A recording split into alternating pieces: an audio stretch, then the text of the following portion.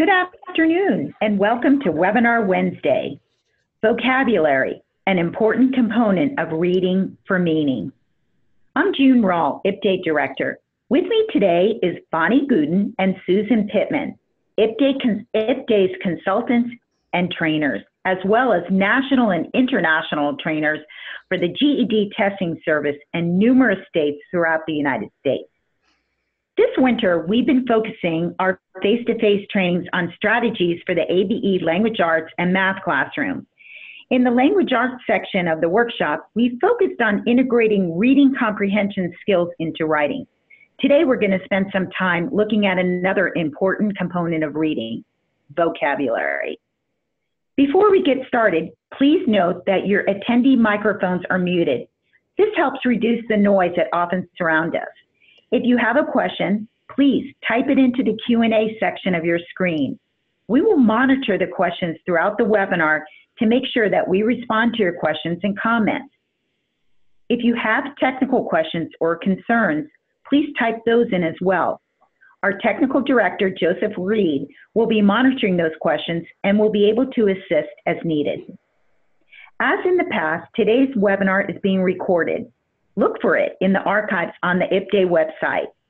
The recorded webinar, PowerPoint, and resource guide will be available to you within 48 hours. As you access materials from the webinar section of the IPDAY website, be sure to visit other sections of the IPDAY website. You will see that we have new videos uploaded in the Grab and Go section of the website. One of the new videos addresses the development of sentence structure, a topic for an upcoming webinar in April.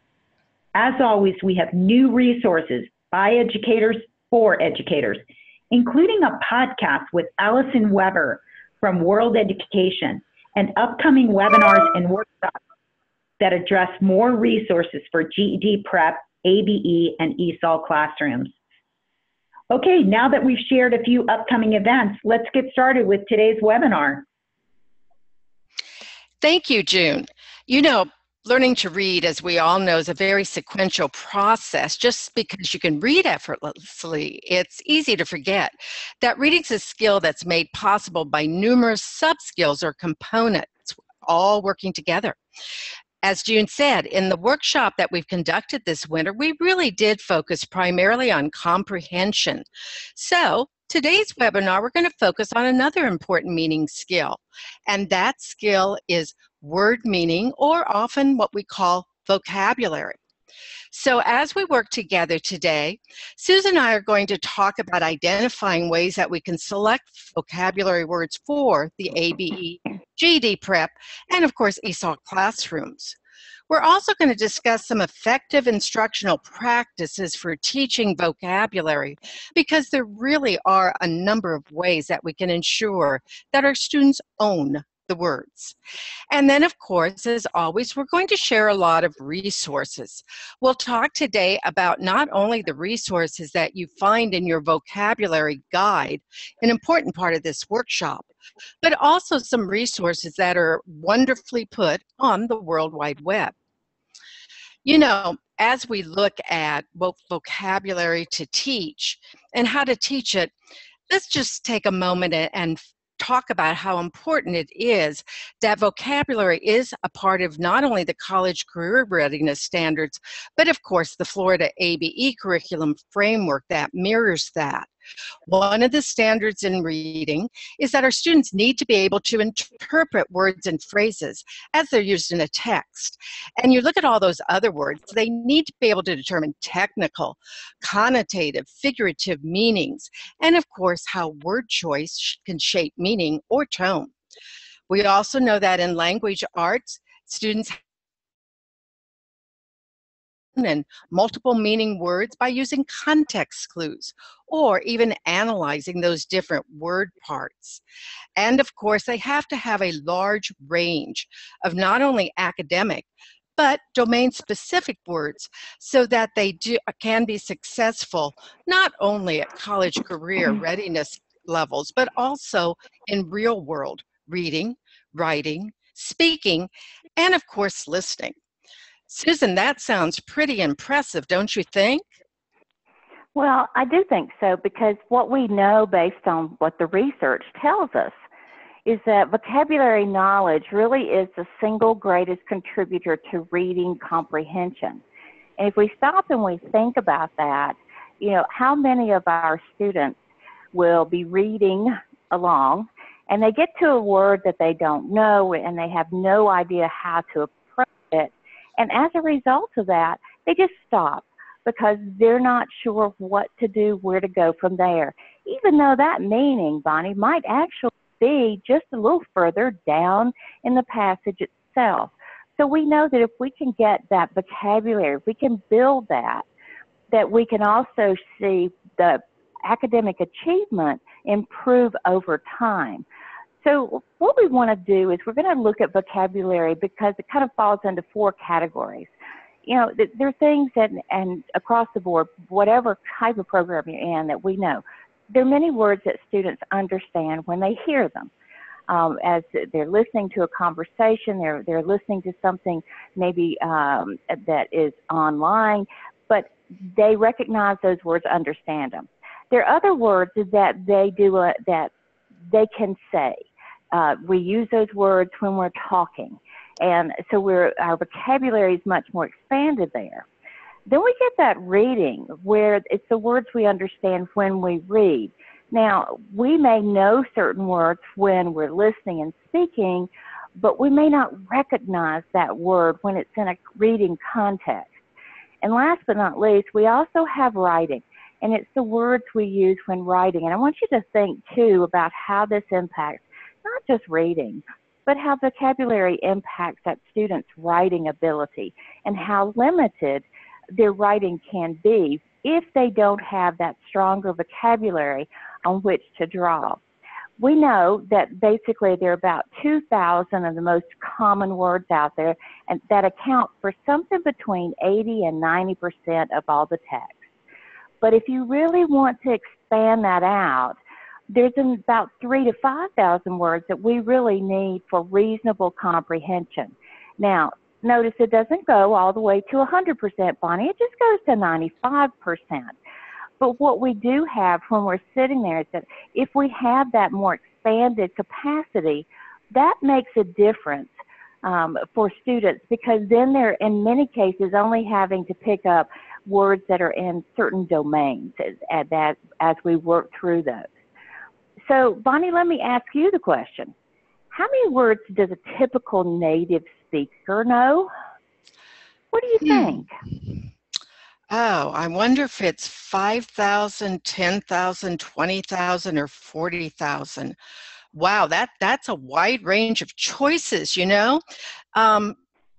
Well, I think it's more than 5,000 because, those are kind of the most commonly used words out there that you said for the general stuff I read.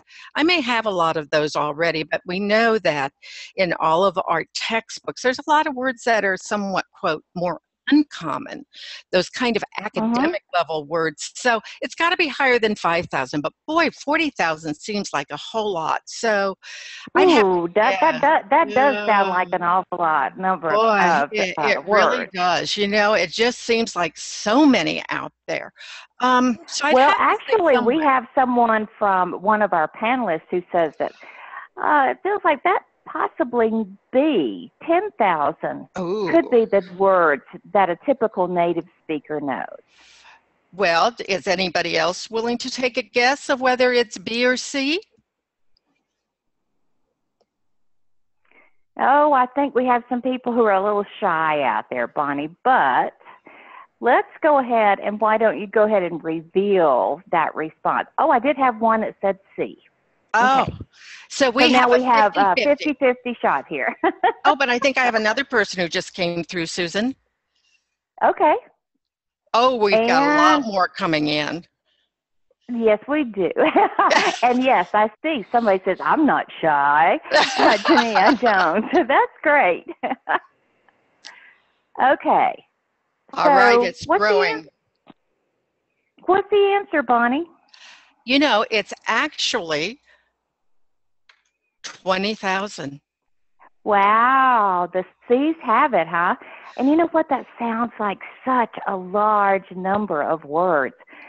But if we think about all of those different words, and if we think a little bit more beyond just the fact of maybe that root word, but we look at different variations of it, yeah, we can explain. We can see how that number would be out there much further. But Bonnie, we need to know something else, because we really need to know what words should we teach as we're in that classroom itself. Because, you know, you've made a comment just a minute ago about the fact that there are different kinds of words that are out there. So why don't we take a look at a couple different types of words and see how we do from there. Okay, so, you know, we Susan. have these, uh-huh. And I think before we actually go to the words, we need to just make sure that all of us are on the same page, because, you know, as we look at what words should I teach, we're going to also talk about how to teach them, because I am sure that just like me, you know, we had one of those things where we would have a list of words on Monday when we went to school, and they weren't connected at all. They weren't contextualized. They were just the words of the day. And we would get them on Monday along with our spelling words, and we would be told that on Friday we'd have a test. And that's really not what research has recommended for many, many years, but rather the fact that our students need to learn fewer words and know how they're related, how they're used, and how they can cross all different levels. So from that, it does seem a little bit daunting as a teacher to know which words to choose for instruction. So you're right. A good place to start are those common everyday words, and we often call those tier 1 words. And quite honestly, many of our students already have those words because, as you said earlier, they're the words of conversation. For those of us who have taught elementary, we probably know those words called fry and dolch. Those word lists are just a part of who we are. So tier 1 words, except for our literacy level readers, probably are known by our ABE 3, 4 levels, and of course GD prep. Wouldn't you agree? Oh, absolutely. In fact, if we stop and think about it, you know, we were back to the fact that there's like those 2,000 most common words that account for so much of the text. But, you know, those are those very basic words as we move through. But, you know, there's another group of words as well that we look at, and I'll jump over tier 2 and go to tier 3 instead. Those are like the words within a specific academic area. You know, so we might have words that in geometry where we know that we need the word parallelogram, or we need a rectangle. We need different types of words that go into that. So we have domain-specific academic vocabulary, and quite often we do have to work with those specific areas to help our students so that, you know, they can grow out their vocabulary in that content area. But I think, Bonnie, the one that maybe we don't put as much emphasis on and that we really need to are those that sit there in tier 2. And, you know, it sounds kind of highfalutin when you say high utility academic vocabulary, but that's really, we think of it in that terms because if our students have those words in their vocabulary, then that's going to enable them to use those words across content areas. They don't have to, they're not just specific to math or to social studies, but instead the tier 2 words themselves will cover all those different areas. So we're going to take a look in just a second at those, but I do have one note here from Mirtha Martinez about ESOL level 1 and 2 would not have the tier 1 words as with native speakers. So yes, we will talk about some activities that might be helpful in helping them to acquire those words. So good point, Mirtha, thank you. And I'm So also Bonnie, going to let's take, say, I'm also going to say it's not just our ESOL students levels 1 and 2, it's also our literacy learners who, even though English is their first language, they also don't have the skills of that word recognition either, or of course basic phonics and phonemic awareness. So it does cross a number, and you're right, we've got a few activities to get started with some of those folks. yeah, the other thing that we'd keep in mind, and the one exception for Tier 1 ESOL versus native English speakers, is they will recognize those words that are spoken, that they hear. They don't recognize them in print. True. That's the difference that we have between a native English speaker and someone who is not. But if we look at that Tier 2 that we were just talking about, there's an excellent word list that's out there. It's called the Academic Word List, coming out of the Victoria University at Wellington. And that's New Zealand. So as we're looking at these, what we see is a list of words, and if you take a look at that very first one there, you'll see that one of those words is interpret. And I think all of you would agree that that word interpret could end up in a math word problem as well as within a scientific inquiry. Those things could be across any content area. But I want you to think in terms of if the student knew that form of the word interpret, look at all the different variations with a little bit of work and prefixes and suffixes that you would add to that and expand the vocabulary so very much. One of the nice things about the academic word list is that it does give the most common form of the word that's always in italics, and we see the word interpretation. And how many times, Bonnie, would we come up against that word? I mean, just think of it in terms of something that maybe you're reading from a newspaper or online news source, and the interpretation of some fact that's going on. So those are the things that we really have to take a look at. So that is one thing we have shared with you in terms of the academic word list itself, some resources to help get you started with those types of things. But you know, Susan, the academic word list and another word list that you and I have used for many years called the general service word list have been updated, because those word lists came to us, I hate to say it, but many decades ago, and sometimes our language has changed. So within your workbooks or your guides, Susan and I have provided you with actually these lists. And although it's very usable, what we're finding is that there are a lot of resources out there on the World Wide Web that will be much more useful to you than just a list of words. And so even though, yes, we have notated here in your workbook pages 20 to 50 will just give you lots and lots of words in a list, we both know that what's even more usable is that application piece. How do I teach them? What other kinds of things out there will help me as I face these vocabulary words in the materials that I'm going to use with my students? So there is an updated version of the general service list, a list that hits some of those Tier 1 and a few of those Tier 2 words that are often called sight words, although that list also includes some Frayer words. But what happened was we had some gentlemen from Cambridge English University who said, quite honestly, we need to look forward. And so in 2013 and 2016, this group of gentlemen really looked over those two original lists that they found were the most important words for not only second language learners, general service lists. For those of you who are ESOL, you should really appreciate that that's what they were looking at, but also quote the academic word list. So Susan, let's take a look at this. First of all, we'll start at the lower level, the new general service list, And Great Britain, just like us in the US, have a lot of students who are coming in with their second language being English.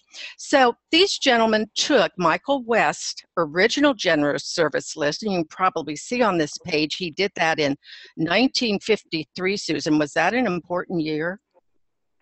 Well, yes, it was the year before my birth, but anyway. The But world that's didn't one know of those what they things. were getting, yes. The world didn't know what was going to happen just very shortly down at the line. But I really think that this is so important, and keep in mind that you're going to be able to download these materials from the IPDA website if you haven't already done so. So all of these things will be available to you as you go through. But just if you take a look at the way that they have looked at special purpose words, combining that new general service list, because what they're trying to do is, as they say, create the fastest roads to comprehension. And that is something that, that we want to do. If you look on the left-hand side, you'll actually see the word list, and there are different tools that are available there to you. Keep those different things in mind as you go through, and you may want to come back after this webinar and spend just a little bit of time in going through and looking at some of that research that's included there. And for those of you who are asking about the workbook, yes, if you did not have access to it as you registered for this workshop and got your update, you will be getting those kinds of tools off of the IPDA website as well. So again, under webinars, once these things get posted, you will have access to all of those. And all of these URLs will also be in the PowerPoint that you'll be able to download. So please don't think that today you have to, oh my goodness, I've got to get back and get all of those things written down. You will have all of the sites, not only on the PowerPoint, but also in the guide. So having said that, and I don't think this baby is working well for me today, Susan. It did not save where I was at. So let's click. That's okay. We'll just move down one more. There we go. And we'll pop over there because, Bonnie, I think if you look at that, oh, you're fine. There we go. Okay. And we can just forward one more time. There we go. Bonnie, can you tell me a little bit about this free text helper tool, exactly what that is? You know, this is one of the things I love because off of this general service list website, what they've done is they've come up with a great resource called Extensive Reading Central. And what Extensive Reading Central has done is provide us with lots and lots of tools. And when you look at that, not only can I go ahead and put in text and it will tell me what kinds of words out of the general service list are there. But you'll notice on this page, it also gives me lots of text to use, text to listen to, games, activities, word cards. It is a very growing website and it's free. What I found was the first time I went out on this website, there was a certain number of tools. I went out just yesterday and all of a sudden I see even more things out here. It really is a great website for application of what we're doing. And again, you'll notice that you can register as either a teacher or a student. Again, this website provides so many resources. It's just amazing. But one of the things that I really like is that online graded text editor that's a part of this website. And all you have to do is, again, check the word list that you want to use. So if I have materials that are, let's say, up to the 8.0 level, I may say, gosh, I want to take a look at this passage and see, are there a lot of words on the general word list, or are there a lot of words that are outside of that current list? Remember, Susan said that out of general reading materials, oftentimes students have almost 95% of the words learned, but those other 5% could get in the way of whether they can do something or not.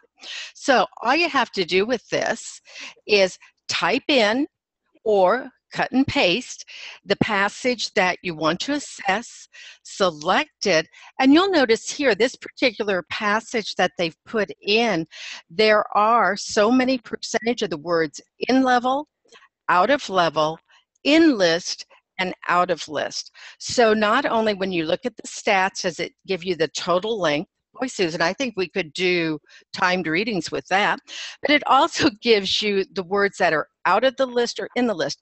It helps you focus on what kinds of words you will need to really teach when you're looking at something.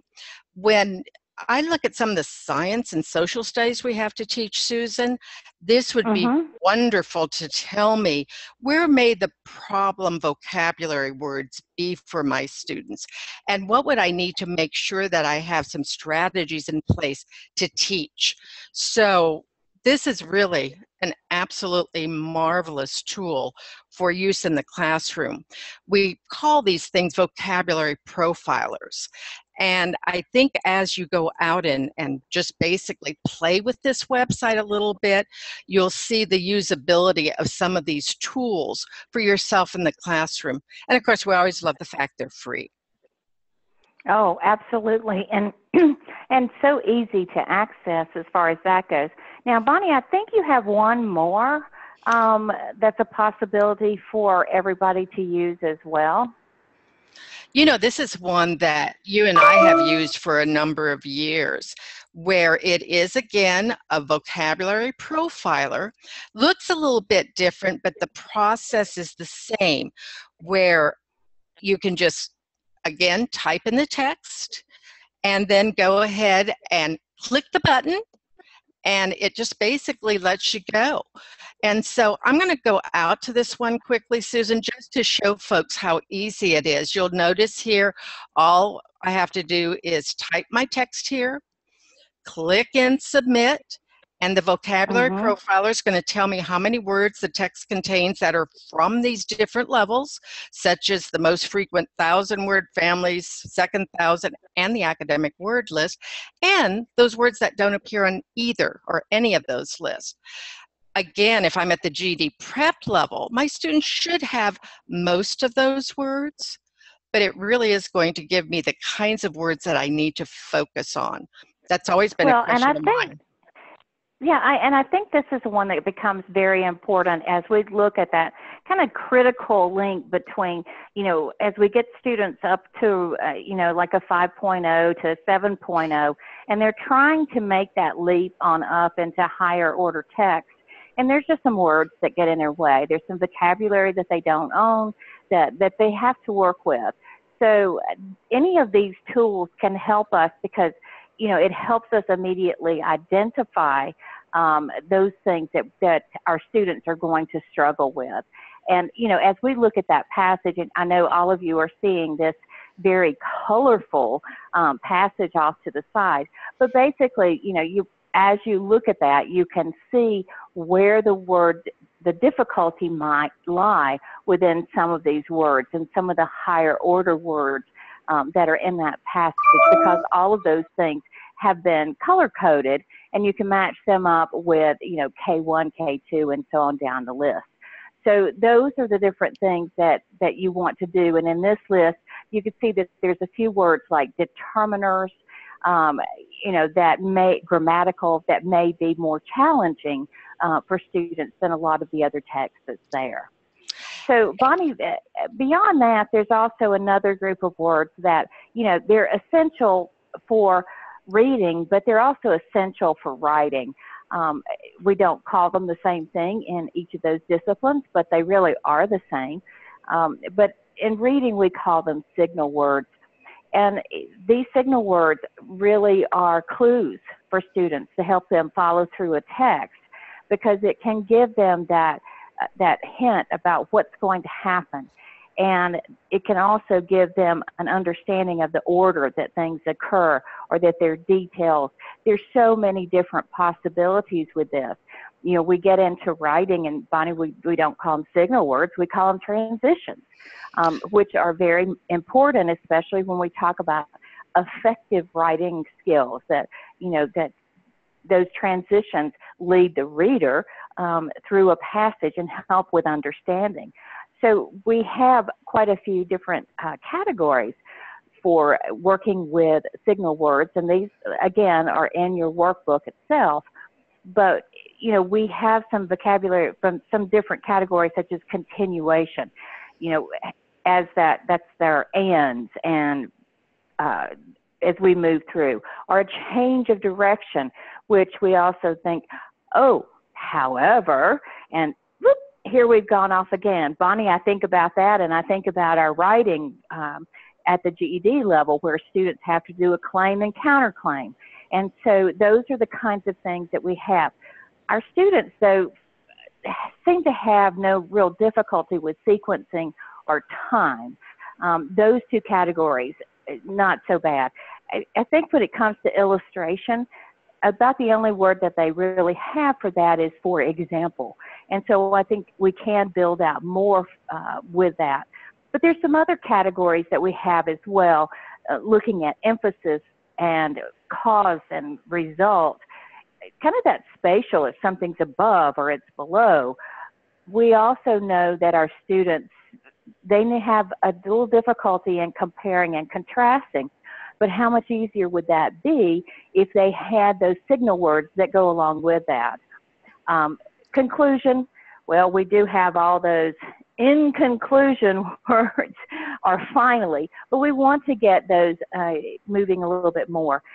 One other thing, and this one I know people always say, what in the world is a fuzz category? And that really comes back to all you got to do is listen to an evening newscast, and you'll say allegedly or apparently, but those are those words that are not exact.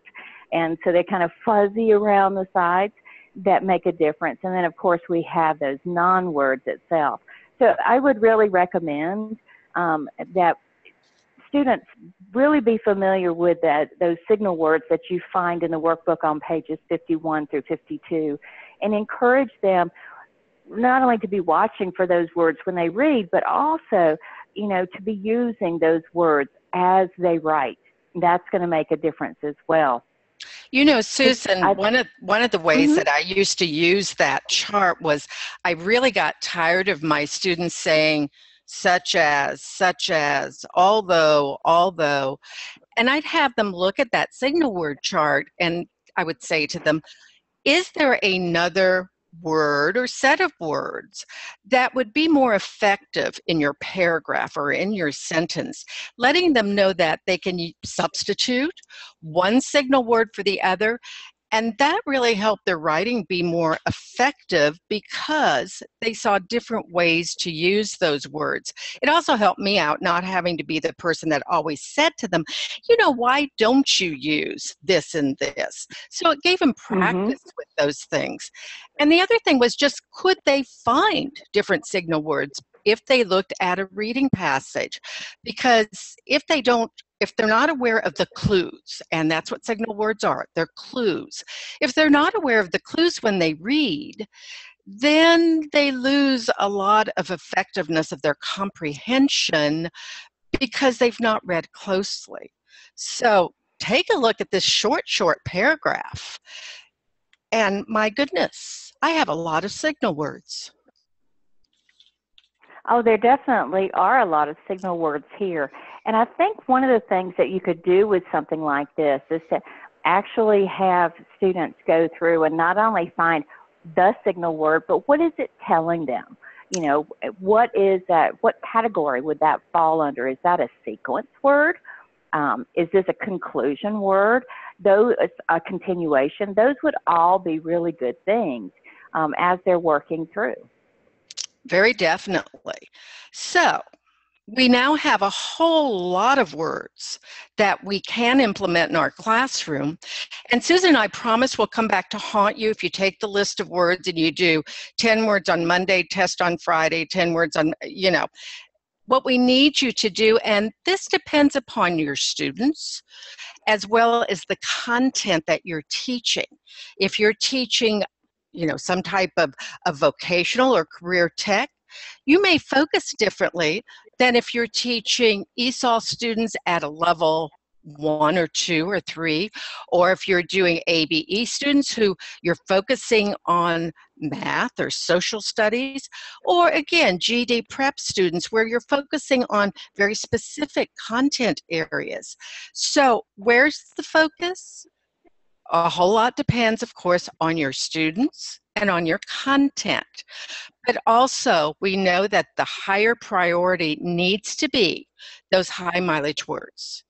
Those words that oftentimes they cannot learn on their own. So the higher priority needs to be on those abstract words, words like the most significant. I mean, think of significant. What is that? I can't really touch it, but that is an abstract word. Nuanced words, some of the figurative language that we have out there. And then, of course, as Susan said earlier, those words that have frequently used morphemes, but again, I can add so much to them. The other thing we know for the lower priority are some of the cognates and the words whose meanings are very direct, or words where we can get it easily through context, as long as, again, they read through the whole thing. And when we're looking at some of those morphemic parts, it does mean that our students have been taught things like the common roots and, of course, suffixes and prefixes. We can't get away from teaching those basics. So, Susan, how do we teach vocabulary? Well, there's a whole lot of research out there. There are a lot of strategies, and of course, there are so many resources that we can use, including all kinds of activities and lesson plans, etc. Sometimes it's a little bit mind-boggling to us as we look at the teaching of vocabulary. But if we look at what Edgar Dale talked about many years ago, he really talked about 4 stages of the knowledge of a word's meaning. One of those things is I've never saw or heard the word before. You know, that happens to all of us. We read some content piece that's in something that we don't know a whole lot about. I mean, give me a high-level chemistry or physics piece, and I guarantee you there will be words in there that I have never seen or I've never heard the word before. Give me a high-level career tech thing and, oh gosh, electronics. I guarantee there will be some words I've never seen and I've never heard before. But when we look at words, we also know there are words that we've heard it, sounds familiar, but I have no clue what it means. You know, I know Susan said that word last week, but it just made no sense to me. I just have no meaning to go with it. But then there's also words, that level of word where as long as it's in the context, you know, if I'm reading a math text and it's in the context, then I can tell, yep, has something to do with blah, blah, blah. I think, Susan, you gave us a math word earlier. Parallelogram? I did. Yeah. Well, you know, if you put it in context with something, I probably could figure out it has something to do with geometry and shapes, etc. But then where we want our students to be with the words that they need to know is that last level, that last stage. Susan and I often call it that. We know at that stage the student owns the word. Not only can the student give you a basic definition in his or her own words, but the student can use those words. They can apply them. Now, we talked about the fact that there's a whole lot of folks out there who have done research on vocabulary, and most of the time it's not really anything new. We've seen these things before, but there's been a real push, especially with the college career readiness standards and with the standards that have impacted our K through 12 system, that effective vocabulary instruction has been integrated into the curriculum more and more. And again, it's not just the memorization of definitions, because we've also known that our memory sometimes forgets unless we've used the word. So Marzano is one of the experts out there in effective vocabulary instruction, and he's not only done a lot of research, but he's done a lot of application with teachers and students of how to teach vocabulary. And the field knows that if we can use student-friendly descriptions, not the definitions often given in the dictionary, that it causes more effective vocabulary instruction. Also, that students can use both linguistic and non-linguistic representations. Can they gesture? Can they draw pictures? Can they see the word in some way?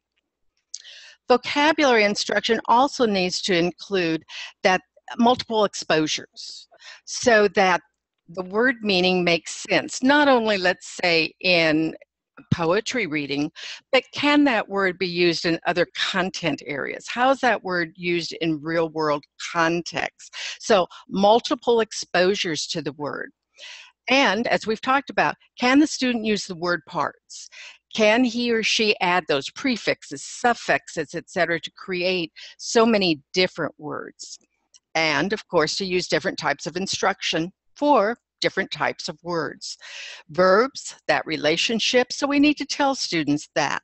Nouns, again, things, people, etc. So different types of instruction. And we need to always put it with the student. Can the student discuss the terms they are learning? Effective vocabulary instruction spends time with the student taking, for lack of a better term, the center ring. Marzano also found that games are really a great way to instruct in vocabulary, but they need to be challenging and they need to be engaging. And not only do students, in the lower levels love games, but all of our students love games because if we are playing, sometimes we don't think it's quite as difficult. And then last but not least, effective vocabulary instruction focuses on that vocabulary relevant to what you're teaching. And we talked about this before. It really is a whole lot about what you're teaching and to whom you're teaching as far as how to integrate the vocabulary necessary for your students. So, Susan, but how do we work with words in multiple ways? That's basically what Marzano's telling us. Well, there's so many different things. And I just noticed that we do have a misspelling there on. It is not anonyms. It is antonyms. Oh my goodness. I have a new word. However, so no, you're not seeing something that's brand new word out there. There's not a new linguistic vocabulary word sitting out there. Synonyms and antonyms, that's always a good place to start so that students do have some recognition. As Bonnie was talking through, and we look at roots and then look down there to those affixes where we have prefixes and suffixes that students can do. That's one of the things, Bonnie, we talk about within the academic word list, and they often call them head words, so that rather than root words, but head words that, they head a family of different words. And it's about connecting, like you did, when we talk about signal words. Let's connect a new signal word for however, rather than just keeping on using however forever. So those are the kinds of things we want to do. The other thing, and I know this throws students so many times, is to look at where you have words that have multiple meanings. And so it's about, again, we keep coming back. I think, Bonnie, the big deal here is we keep coming back to words in context. So that students can see them within a given setting itself. I've always, and I know this is especially true when we're working with ESOL students, idioms is a major issue in working with ESOL students. But across the board, we have problems with figurative language because most of our students tend to be much more literal, and so figurative language can be a problem. But we also have that real world connection that students need to make. And I think that's where we go back and we look at a lot of what we're teaching and trying to put it into a context that students can relate to, that this is not just some big word out there that I don't necessarily need, but here's how it appears in a lot of different ways.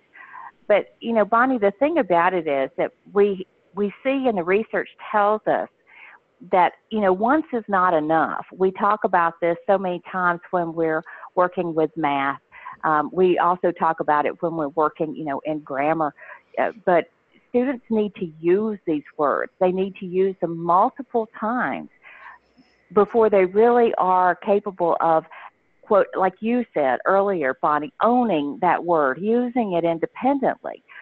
So let's keep that in mind, that, that's why you go back to the list of words that we used to talk about when we were in school in the dark ages, that we would have that list. We would have a test on Friday. We might have done some things throughout the week with it, but it really wasn't to the point where we were actually getting that independence with that word itself.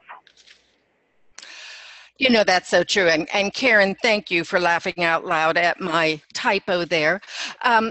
One last thing before we click into just the processes for teaching vocabulary is we did talk about the root words and the cognates. And that's one of those things for those of you who are teaching learners from different countries, that's also a helpful vocabulary skill when they can see the connection between a word in their own first language, because oftentimes the words that we see in English have come from different words, such as those from Latin and other things. So a great route to go as far as what we want to be able to teach our students. So 2 basic processes that we're going to share with you today in just a couple minutes. And those processes, again, aren't, I want to say, earth-shattering, but I think they bear taking a quick look at how we can teach vocabulary within the system. This is one process, and oftentimes it's referred to as the, quote, 6-step process. And it really isn't anything difficult, but we want to be able to, first of all, as a teacher, read a text selection and determine what the purpose of it is. What is the purpose of what we want students to read? And at that point, we identify those words or concepts that our students need to know from there, and the connections and the relationships between those words or concepts for instruction. We also need to look at the must-know words before students even start reading. Notice that I haven't gone ahead and said, okay, my students need to know all of these definitions before they start reading.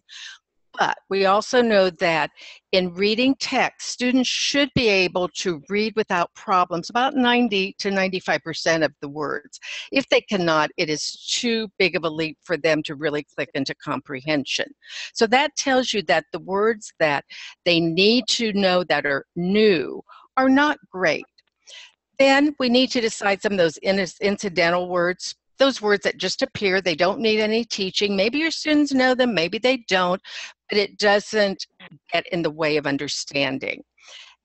And, of course, doesn't require direct teaching. And then finally, we go back to determining what we want them to learn.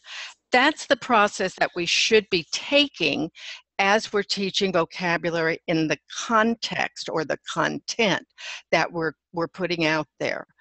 And again, notice that we're not looking at defining all of the words. Some of the words, as students read, they need to productively struggle with, and through reading in context, through all those types of clues, that they can come up with the meaning. It will be much more meaningful to them. So as we look, again, Susan and I, if you've been with us before, you know that we love acronyms. The STAR method, again, helps us decide how we're going to actually teach vocabulary. Again, the first thing is to select those appropriate content words, focusing on those words that are essential. Maybe you look at 4 to 6 words that are actually fundamental to that reading.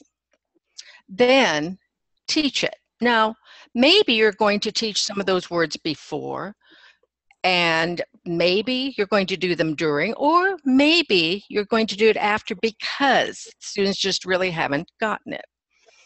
But before assigning the reading in the teach process, you do need to make sure that you access your students' knowledge base and bring up some of the concepts that are going to be part of the text they're reading. That can definitely assist them in defining the vocabulary more on their own instead of having you define it. Then finally, as we activate it, that helps your students focus on what you need them to do to gain understanding. It may be that they use a writing assignment. It may be that you are asking them to connect those new words with other words they know. It may be the fact that you're having students act out words or demonstrate meaning.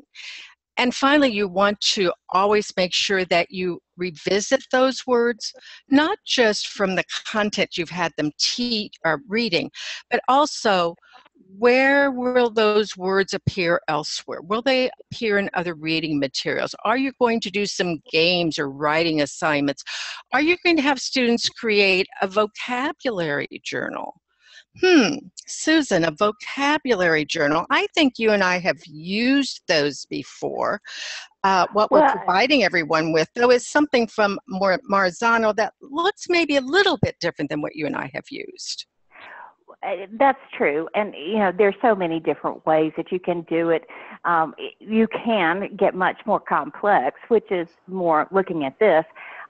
Or you can have something as simple as, a small notebook that students add words to, and they include those words and their own definition in them. So there are lots of different ways that you can do this. But one of the things I like here is that we're really building a kind of a deeper knowledge to look at that quote, student-friendly definition, but then also see, how is that word associated? What are some antonyms? What are some synonyms that go along with that? Could I draw a picture of this so that I would know what I was talking about? Quite often we see those visual representations can make a big difference for students as they're working through. So those are the things that, again, we have that within your workbook itself. But Bonnie, we also have another one called the Frayer model. And I know we've talked about this in mathematics, especially, where we look at, again, always keep coming back to that definition in your own words, not something that is a picked up word for word from a dictionary, but the facts or characteristics that are associated with that, examples and non-examples. I mean, the Frayer model gives us a great way in which to work with different vocabulary. But again, it does come back to which one works for your students, and what is it, what is it that you're trying to accomplish with them, and what is it that they need as they're building out their vocabulary.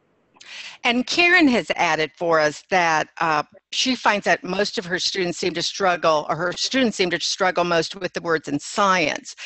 And that is really a great comment, because science words often are not the words we use on a daily basis. She's used a flashcard machine to do that. But how does she make this fun or engaging? Know-how, essential words. Karen, we're going to cover a few of those in just a moment, but we totally agree with you. Sometimes it is the content areas such as science, or of course, look at social studies students. Some of those documents that were written hundreds of years ago have some terminology or words that we just don't always use in today's language. One of the things that we want to reinforce with the dictionaries that we're using here, whether it's Marzano or the Frayer model, is that students should not be asked to put every vocabulary word into this process. These should be vocabulary words that are, first of all, absolutely necessary that they know for deeper understanding of the big ideas or the big concepts, as well as vocabulary that they don't own yet. So you're not going to see lots of words there, but the words that are there are absolutely necessary. So let's take a look at a few of the vocabulary games. We know that there's lots of games and activities, and we're going to show you a couple of them in just a moment as we go to the workbook and reference some of those websites and ideas. But before we go there, just a quick overview of what the research says about what we need to increase in our classrooms and decrease. And I want you to notate the words increase, decrease. It really isn't about getting rid of everything on the right side. We do a lot of that. It just says that research tells us we should decrease some of that while we're increasing the left-hand side, which research has found is much more effective in teaching vocabulary. And as you look through that, it's the types of things that we've talked about throughout this webinar. Again, those kinds of strategies that have the biggest impact, as opposed to on the right-hand side, we do know that looking up definitions, single source of word knowledge, having them just write sentences before they've studied that word in depth, and again, the fact that all words in a text need to be defined for comprehension, we need to decrease some of that, because we do know students will, oh gosh, they will just have such angst over one word they don't know in a text. And if they would just continue to read, they'd find out that they've got the gist or the basic idea of that.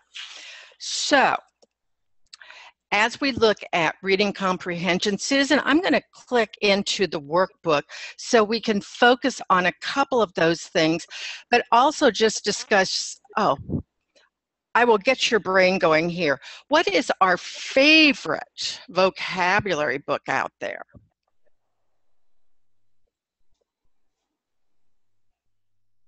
I think I lost Susan. Well, no, actually, I was seeing if we'd have some people who would pop in. Oh, and tell us? And tell us what their favorite vocabulary book is. Ah.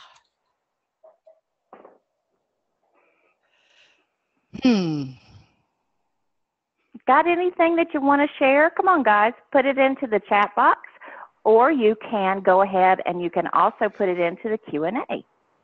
Either one. And I have one from Suzanne Green, and she says vocabulary connections, Bonnie. Ooh, excellent, excellent. Yes, it is, absolutely. And do we have someone else who wants to share? I know some of you have some great resources that are sitting out there. Okay, we have Building a Strong Vocabulary for Life Skills. That's a new Reader's Press. Karen Miller, thank you so much. I appreciate that coming from you. Somebody else.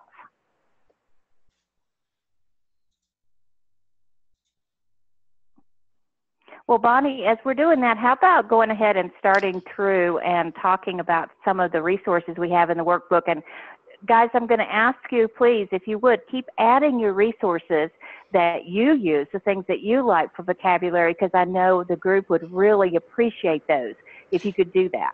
And we have one from Barbara, and it's Words to Learn By. And we have one from Carlos, Vocabulary Power 3.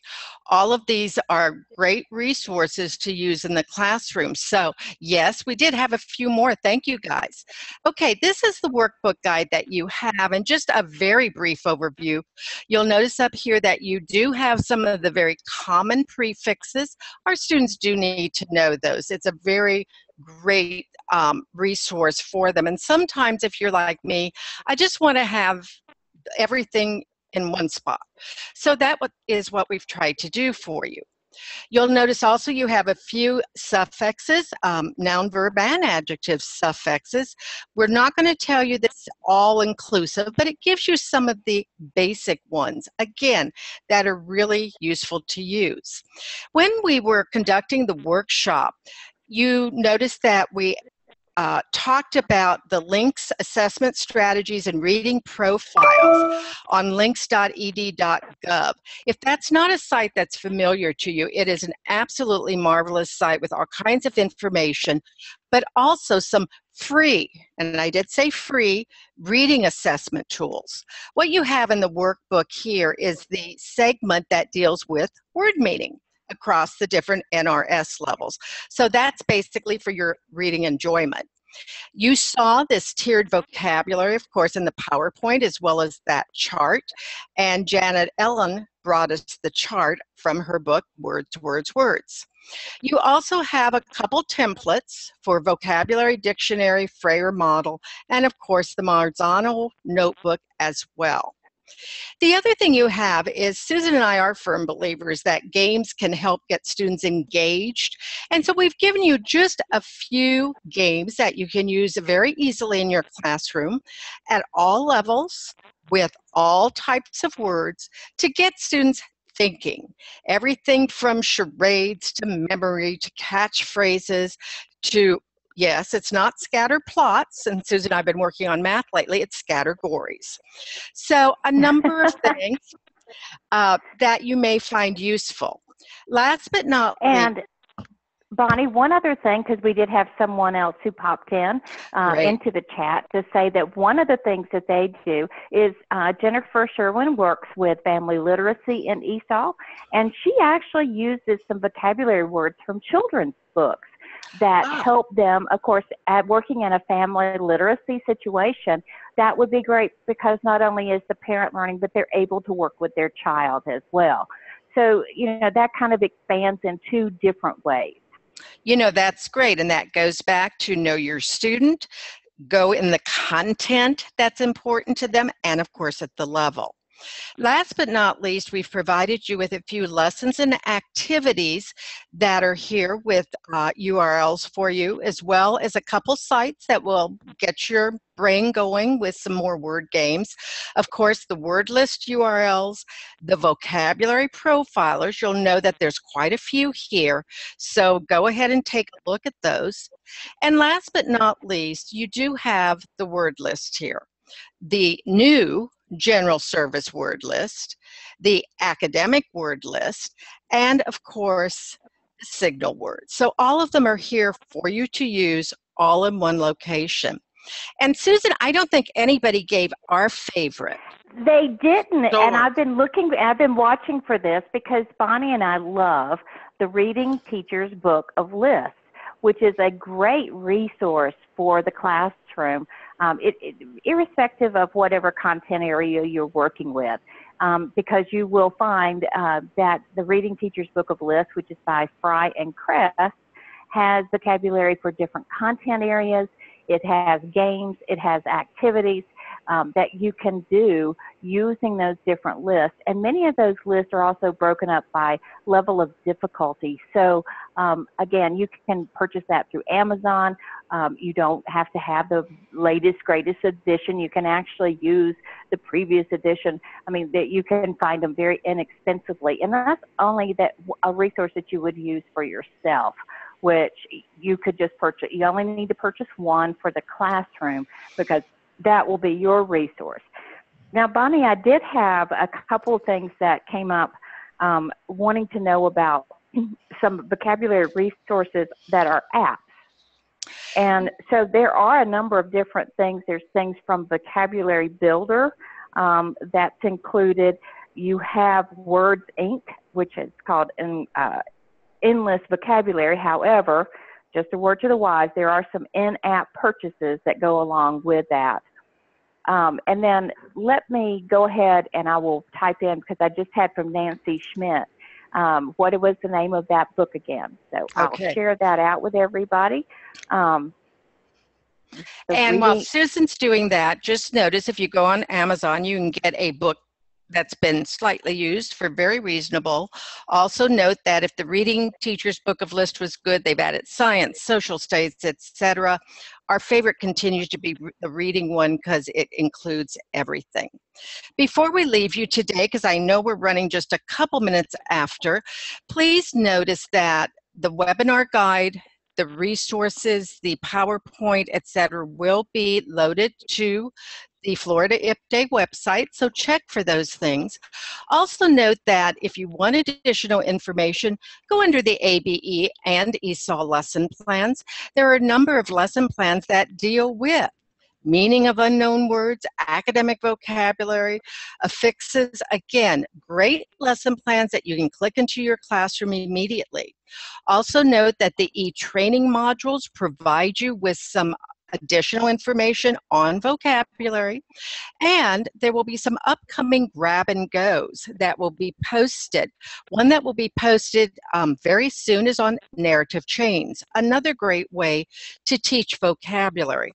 So make sure that you're constantly checking out the IPDay resources on an ongoing basis, because I guarantee that each couple weeks there always seems to be more things up there, and things which are very useful as we teach in our adult ed classrooms. So having said that, Susan, do you see any additional questions and answers before we wish everyone a wonderful rest of the afternoon? No, at this particular point, I think we've answered all, we have responded to the chats, and we have responded to the questions. Unless we have anyone else, and I know that we're just a couple minutes over, but if you do have any other questions, you can certainly load those in, and we'll go from there.